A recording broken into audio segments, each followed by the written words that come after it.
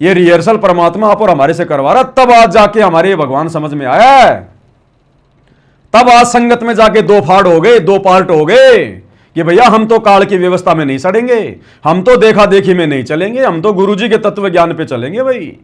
हम तो गुरुजी के आदेश को फॉलो करेंगे, जो सत्संग रूपी आदेश है, या गुरुजी आमने सामने होके आदेश देंगे। और इस परीक्षा के समय में तो भैया हम वो करेंगे जो बिल्कुल हमें उचित लगेगा, क्योंकि परीक्षा के समय में टीचर की बात भी नहीं मानी जाती है।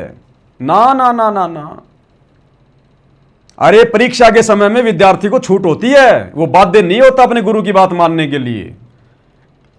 परीक्षा में सवाल आ गया भारत की राजधानी लिखो, और 4 ऑप्शन है, दिल्ली, बंबई, आगरा, मथुरा।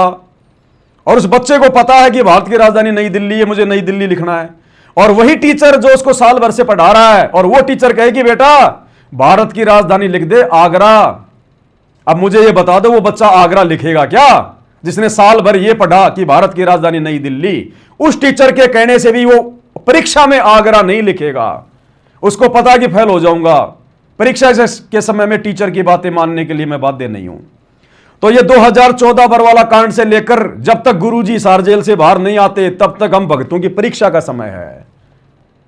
अब इस परीक्षा के समय में गुरुजी चाहे हम कितने उल्टे सीधे आदेश क्यों ना दें, किसी के माध्यम से भी क्यों ना दें, हमने केवल उन्हीं आदेशों को फॉलो करना है जो आदेश गुरुजी ने हमें पढ़ाई पढ़ाते समय दिए थे, हमें सत्संगों में दिए, नित्य नियम में दिए।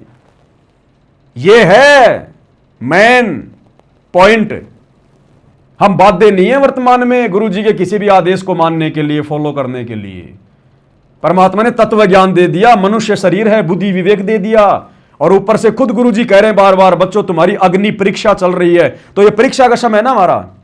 तो परीक्षा के समय में हम गुरु के उन आदेशों को भी मानने के लिए बाध्य नहीं है जो आदेश गुरुजी के ही ज्ञान के खिलाफ हों। अब देख लो ये मूर्खों की भीड़, इनको तो गुरु आदेश भी नहीं दे रहा, गुरु के नाम पे गुरु का परिवार इनको भ्रमित कर रहा है, और ये भ्रमित हुए जा रहे हैं। तो ये जहाज में बैठकर जाने के योग्य है क्या? इसलिए परमात्मा कहते हैं ये संसार विघन की घाटी कोई निकलेगा बिरला सूर।